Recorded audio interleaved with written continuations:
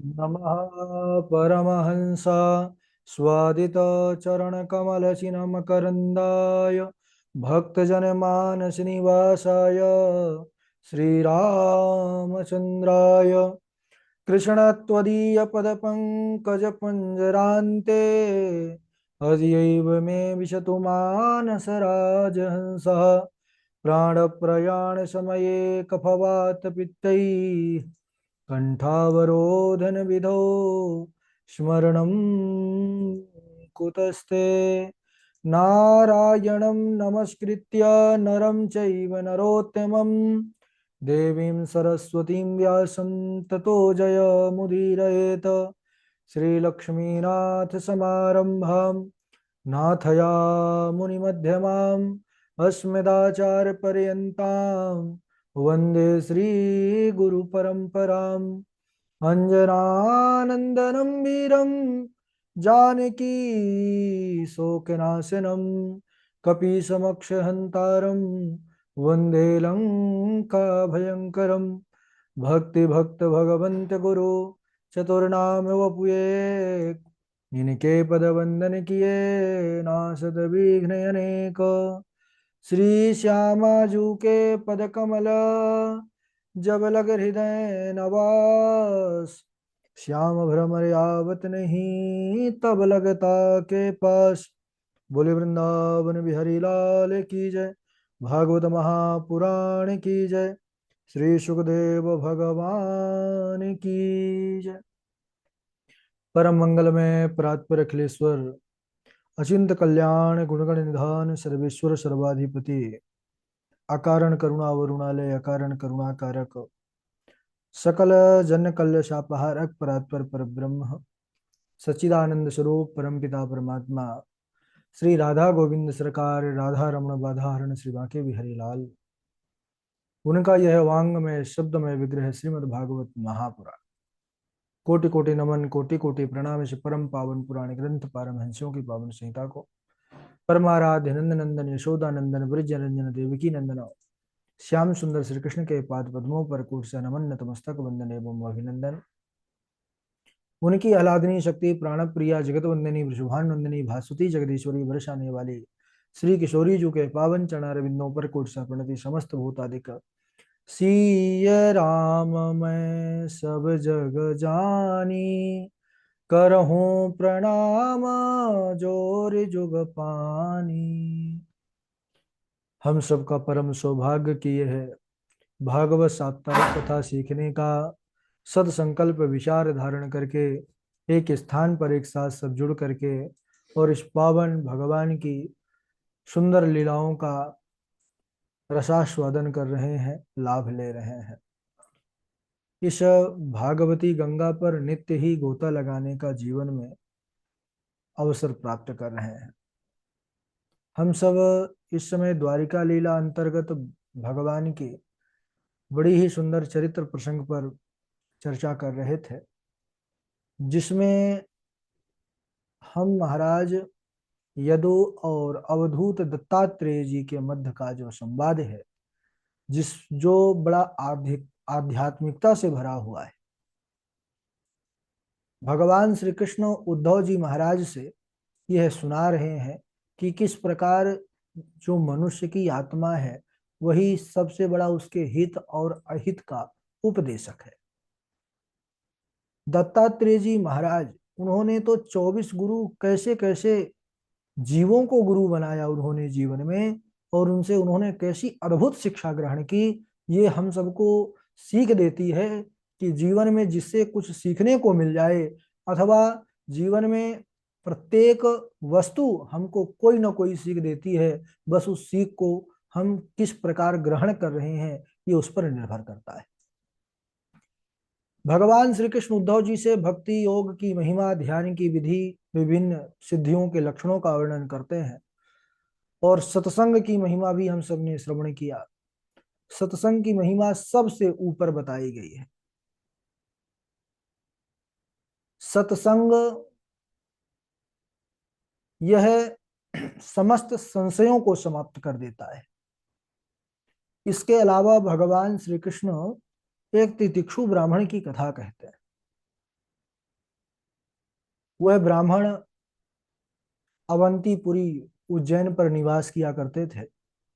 खेती व्यापार आदि उनका था बढ़िया। तो उन्होंने पूरा जीवन बहुत सा धन एकत्रित किया। ध्यान से श्रवण कीजिएगा। और ये सब उन ब्राह्मण बस की कथा नहीं है, सब संसारियों की यही कथा है। तो उन्होंने पूरा महाराज अपना समय केवल धन संग्रह में और अपने को तेजस्वी यशस्वी बनाने में ही लगा दिया, और भगवान का भजन, भगवान के लिए समय उन्होंने दिया ही नहीं। अच्छा, जब तक धन रहा, बल रहा शरीर में, तन में, तब तक सब जी हुजूरी करते रहे, जय जयकार करते रहे, आगे पीछे डोलते रहे।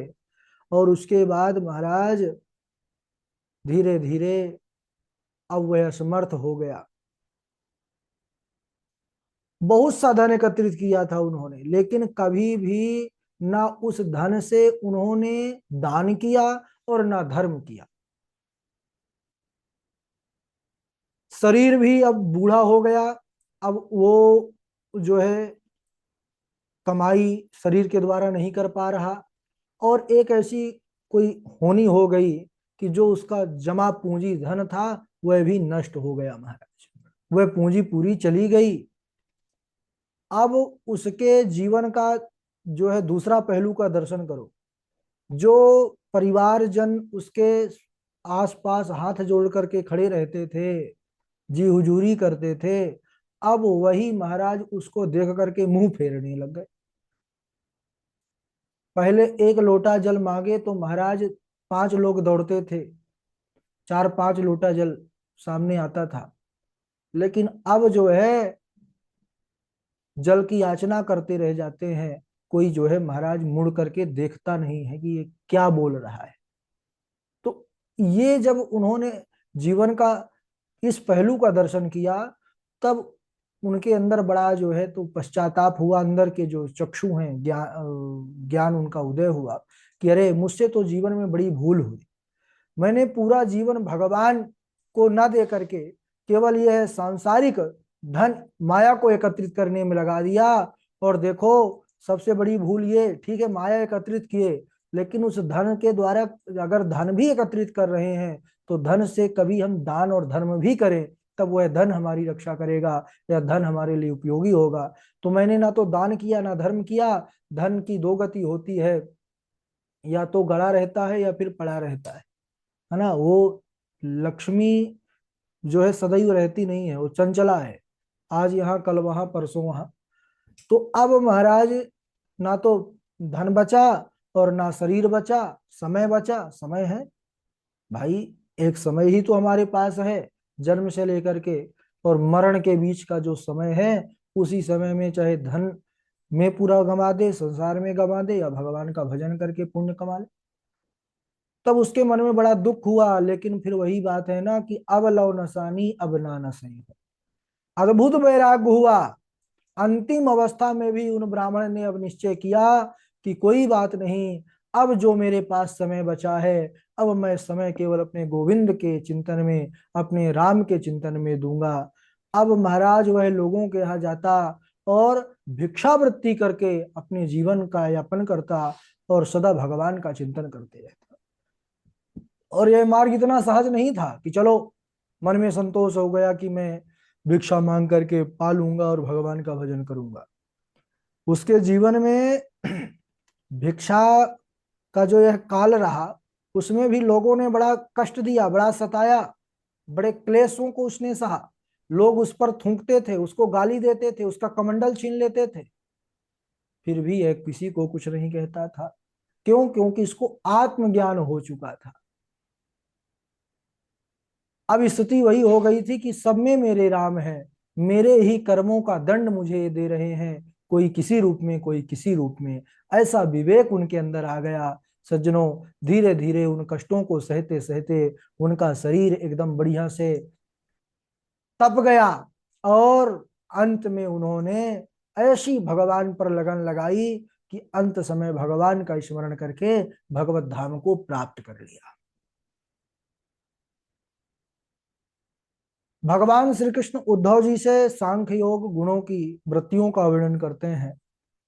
और जब इस प्रकार भगवान उपदेश दिए तो उद्धव जी, जो उनके अंदर दुख था, जो पीड़ा थी, वह समाप्त हुई। और उन्होंने भगवान से जो है तो निवेदन किया कि विद्रावितो मोह महांधकारो याश्रितो मे तव सन्निधानात् विवावसो किं नु समीपगस्य शीतं तमोभिप्रभवन्तजिद्या।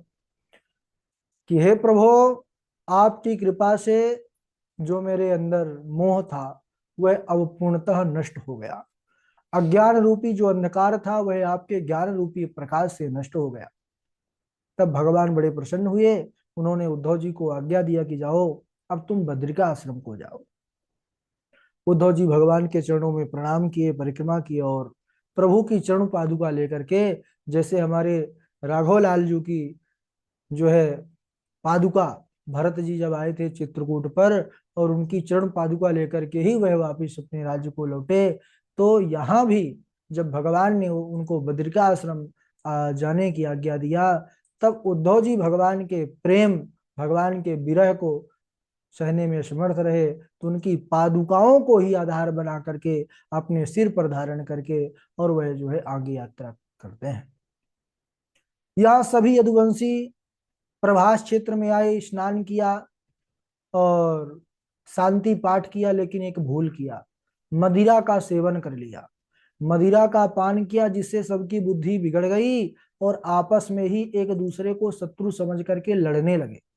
क्योंकि दुर्वासा ऋषि को श्राप, उनका श्राप था दुर्वासा जी का, है, जनयिष्यति वो मंदा मूसलम कुल नाशनम, कि कुल का नाश यह मूसल ही करेगा। तो भगवान ने तो कहा था कि जाओ भाई प्रभास क्षेत्र में भजन ध्यान पूजा पाठ करो तो श्राप से बच सकते हो, लेकिन उन्होंने भूल क्या किया कि मदिरा का पान कर लिया, जिससे बुद्धि भ्रष्ट हो गई। और ऐरका नाम की घास, जो तलवार से भी पैनी घास थी, वही जो मूसल के चूर्ण से प्रकट हुई थी, उत्पन्न हुई थी, उसी का जो है अस्त्र बना करके सब एक दूसरे को शत्रु समझ करके एक दूसरे पर प्रहार किया। सब जो है मर गए महाराज, लड़कट करके मर गए। भैया बलराम आए, उन्होंने समझाया उन यदुवंशियों को कि भाई तुम भाई भाई हो, आपस में क्यों लड़मड़ रहे हो। लेकिन जब बलराम जी की बातों को भी किसी ने ध्यान नहीं दिया, तब भैया बलराम समझ गए कि अगर मेरी बातों का प्रभाव इन पर नहीं पड़ रहा है, तो अब निश्चित भगवान अब स्वधाम गमन की पूरी तैयारी कर चुके हैं। अब मुझे भी भगवान के पहले परम धाम जाना चाहिए। तब उन्होंने भी भगवान का ध्यान किया और उसी समुद्र मार्ग से पहले ही पहुंच गए। जो है शेषावतार है ना भैया बलराम, शेष सैया पर ही भगवान शयन करते हैं लक्ष्मी नारायण प्रभु, तो वह पहले ही पहुंच गए। देखिए जीवन में इसीलिए मदिरा का सेवन कभी नहीं करना चाहिए। मदिरा के सेवन से ही महाराज यहाँ पर सर्वनाश हुआ, और मदिरा का जहाँ सेवन होता है वहां सर्वनाश ही होता है, और कुछ नहीं होता। इधर एक जरा नाम का व्याध, उसने भी मूसल का टुकड़ा जो घिसते घिसते बचा था अपनी बाण पर लगाया था, और दूर से ही उसने देखा भगवान जो है वृक्ष के तले बैठे हुए थे, पैरों को सीधा किए हुए थे। दूर से ही व्याध ने जब देखा भगवान के चरण चिन्हों को, तो भगवान के चरण चिन्ह जो है ध्वजा है, अंकुश, कमल, इनसे जो है सुशोभित है। और भगवान के चरण चिन्हों को देख करके उसको ऐसा लगा कि कोई यह स्वर्ण मृग है, और उसने वहीं से महाराज बाण को चला दिया, और वह बाण आकर के सीधे भगवान के चरणों में लगा। ओहो, जब वह व्याध आकर के देखता है सामने से कि भगवान के, अरे तो द्वारिकाधीश के चरणों में मेरा बाण लगा है, तो वह रोने लगा, सिर पटक पटक करके जो है पछताने लगा कि मुझसे बड़ी भूल हुई, मुझे तो घोर नरक होगा, अरे मुझसे इतना बड़ा अपराध कैसे हो गया। इस प्रकार जब रोने लगा तो भगवान ने समझाया। भगवान श्री कृष्ण कन्हैया कहते हैं कि अरे व्याध तुम दुखी मत हो, भयभीत मत हो, क्या सोचते हो कि तुमने बाण चलाया है, क्या तुम मेरे पैरों पर बाण मारने का सामर्थ्य रखते हो। अरे यह सब मेरी इच्छा से हुआ है, तुम बिल्कुल अगर तुम ये विचार करते हो कि तुमको नरक होगा, ये देखो तुम्हारे लिए विमान आ गया है, तुम इस विमान पर बैठो और जाओ स्वर्ग। और देखते ही देखते महाराज वह व्याध भी विमान पर बैठ करके स्वर्ग चला गया। यहाँ भगवान श्री कृष्ण के सारथी गरुण भगवान के पास आए हैं। भगवान की यह दशा देख करके उनको भी बड़ा दुख हुआ, लेकिन भगवान ने उनको भी सांत्वना दिया, समझाया और कहा कि तुम द्वारिका जाओ, द्वारिका वासियों को यदुवंश का नाश कहना और उनसे कहना कि जो अपने प्राणों की रक्षा करना चाहते हैं वह जो है अर्जुन के साथ चले जाएं, क्योंकि मेरे जाते ही यह समुद्र द्वारिकापुरी को भी डुबो देगा। गरुण देव भगवान श्री कृष्ण को प्रणाम करके द्वारिका की यात्रा करते हैं। यह ब्रह्मा आदि देवता भगवान के जो है दर्शन के लिए आए, सुधाम गमन प्रभु अब करने वाले हैं। तो सभी देवता, ब्रह्मादि के देवता महाराज अपने अपने विमान पर चढ़ करके आए हैं, आकाश मार्ग पर उपस्थित हो गए हैं। भगवान श्री कृष्ण स्वधाम गमन की लीला का सुंदर जो है सबको दर्शन करा रहे हैं, सब पर कृपा कर रहे हैं।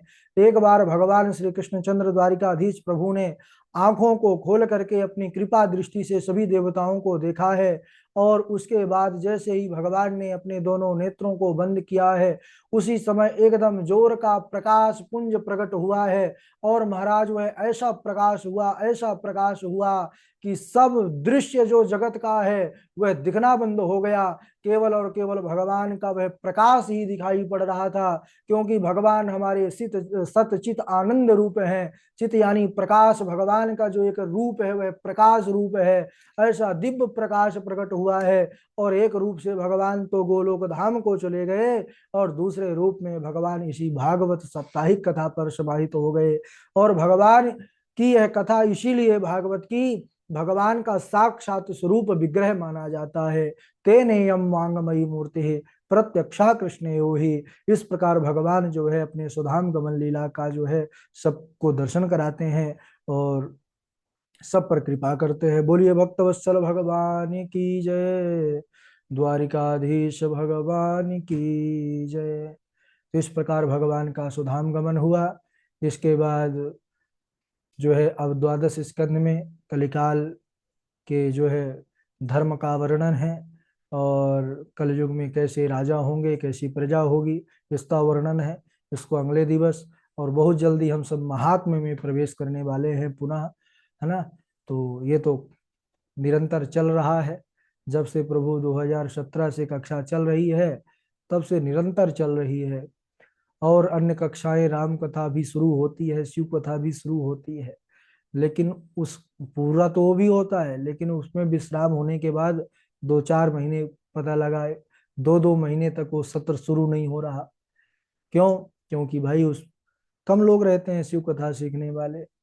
लेकिन भागवत जी की तो ऐसी महिमा है कि महाराज जिस दिन विश्राम होता है उसी दिन महात्म्य में प्रवेश हो जाता है। आज तक कभी ऐसा हुआ ही नहीं जब से कक्षा शुरू हुई है कि विश्राम होने के बाद इंतजार किया जाए भाई कि नया सत्र अब कब से शुरू करें, है ना। तो बढ़िया से मेहनत करिए, और प्रभु की कृपा है, आप लोग जितनी मेहनत करेंगे उतना ही उसका परिश्रम का फल आप लोगों को मिलेगा।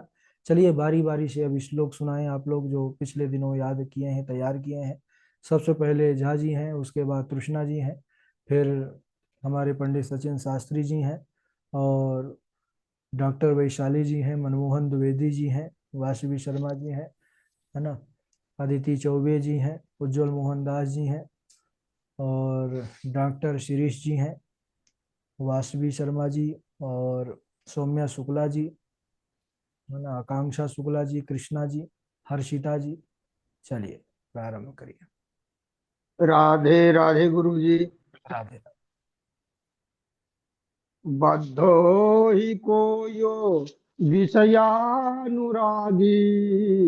को बा विमुक्तो विषये विरक्त, को बास्ति घोरो नरक स्वदेह, कृष्ण क्षय स्वर्ग पदम किमस्ति, नारोधयति माम योगो न सांख्यम धर्म एव च, न स्वाध्यायस्तपस्त्यागो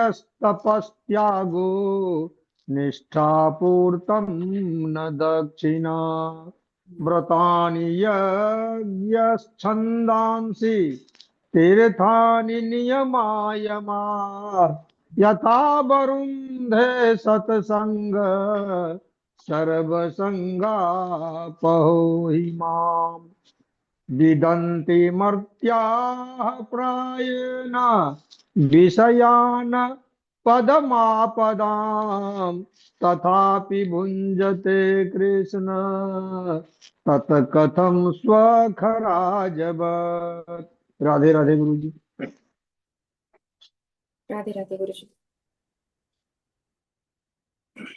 न रोधयति मां योगो न साङ्ख्यं धर्म एव च न स्वाध्यायस्तपस्त्यागो निष्ठापूर्तन दक्षिणा व्रतानि यज्ञश्छन्दासि तीर्थानि नियमायमाः यथा वरुन्धे सत्सङ्गः सर्वसंगापहो हि माम्। राधे राधे गुरु जी। बहुत अच्छा। पंडित सचिन गुरु जी साहब। राधे प्रणाम। राधे राधे गुरु जी। हाँ राधे राधे, सुनाइए। कायेन वाचा मनसेन्द्रियैर्वा बुद्धात्मना वानुसुत स्वभावात् करोति यद् यत् सकलं परस्मै नारायणायति समर्पयेत्। राधे राधे गुरु जी। वासवी जी राधे राधे। गुरु जी राधे प्रणाम। बद्धो हि को यो विषय अनुरागी को वा विमुक्ति विषये विरक्ति विदन्ति मर्त्या प्रायेण विषयान् पदमापदम् तथापि भुञ्जते कृष्ण तत्कथं स खराजवत् न रोधयति मां योगो न साङ्ख्यं धर्म एव च न स्वाध्यायस्तपस्त्यागो निष्ठापूर्तं न दक्षिणा। जी गुरु जी। मनमोहन द्विवेदी जी। राधे राधे गुरुदेव प्रणाम। जी सुनाइए। राधे राधे। हाथ पकड़ कमला कहे कहाँ जात हो नाथ। हाँ तो कमला ने सुनी थी सुनी गजराज सुनेरी मैंने निर्बल के बलराम सुनेरी मैंने निर्बल के बलराम जब लगी गज अपनो बल पर ख्यो नेक सरयो नहीं काम निर्बल होई बलराम पुकारे तब प्रभु धाये आधे नाम सुनेरी मैंने निर्बल के बलराम। राधे राधे गुरुदेव प्रणाम। बहुत अच्छा। डॉक्टर वैशाली जी। हाँ राधे राधे गुरुजी। राधे राधे। नाहं तवाङ्घ्रिकमलं क्षरणार्धमपि केशव त्यक्तुं समुत्सहेनाथ स्वधाम नय मामपि आशा हि परमं दुःखं नैराश्यं परमं सुखं यथा सन्दिग्धयः कान्ताशां सुखं सुवाष्पपिङ्गला। चलिए आप सुनाइए। रिया जी हैं। डॉक्टर राधे राधे। राधे राधे, सुनाइए। विदन्ति मर्त्ये प्रेण विषयन् पदमापदम् तथापि भुजन्ते कृष्ण तथा कथं स्वखराजवत्। ठीक है, काफी अच्छा प्रयास है। थोड़ी किंचित त्रुटियां हैं, ठीक हो जाएंगे और अच्छे से करिए उसको। डॉक्टर ओके गुरु। शिरीष जी। राधे राधे राधे गुरु जी। राधे राधे। राधे राधे गुरु जी। शरीरं स्वरूपं ततो वा कलत्रं शरीरं स्वरूपं ततो वा कलत्रं यशश्चारुचित्रं धनं मेरुतुल्यं मनश्च न लग्नं श्रीगुरुरङ्घ्रिपद्मे तथा किं तथा किं तथा किं तथा किं और नारायणं नमस्कृत्यं नरं चैव नरोत्तमं देवीं सरस्वतीं व्यासं ततो जयमुदीर्यते। और रामाय रामचंद्राय विदेशे रघुनाथाय नाथाय सीताय पत्ने नमो नमः। जय तु देवो देवकी नंदनो मम। जय तु देवो देवकी नंदनो मम। कृष्णो जय तु कृष्णो वृषणी वंश प्रदीपः। जय तु मेघा हम्म, श्यामला कोमलांगः। जय तु पृथ्वी भारनाशो मुकुंद। राधे राधे गुरु जी। ठीक है, काफी अच्छा प्रयास है। और इनके बाद आप सुनाइए। सौम्या शुक्ला जी हैं, आकांक्षा जी हैं। राधे राधे गुरु जी। राधे राधे, सुनाइए।